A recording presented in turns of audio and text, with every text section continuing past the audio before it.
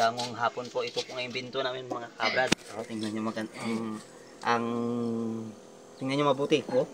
Siya po ay umiikot. Di battery lang yan po. Di battery at yung dynamo ang ginagamit dito. Yan po, tingnan nyo po sa aking camera. Yan po mga kabrad. Oh. Tingnan nyo, malakas. Yan, yan siya. Bagong ibinto po yan. Sariling ibinto ko po ito. Subukan ko lang kung makakaya kasi nilagyan ng bato kasi maalis. Maalis itong ganito na puti. Ito battery, dinamo at ito tingnan nyo. Yan lakas oh. Yan mga kabrad.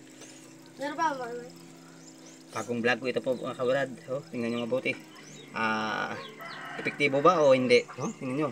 Lakas ng gulong sa tubig niya. Lakas ng gulong sa tubig oh. Tingnan nyo oh. Nakikita, hindi makikita ang aking phone na dahil sa ninanan ng tubig. Yan po siya oh, tingnan nyo. Lakas. Oh. Bagong strategy to, bagong plano o ang ginagamit namin dito. Dynamo at battery. Tingnan nyo, makano ang tubig oh. May ikot ang tubig. Yan, na, umiikot ang malakas.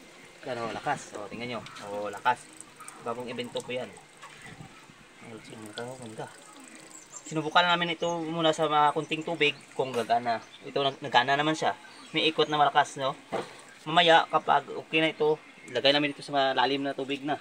Kung ano talaga ang diferensya sa malalim ba o sa mababa. Kung sa mababa, tingnan nyo, oh, yan, lakas, oh. Yan po siya mga kabrad. Tingnan nyo mabuti.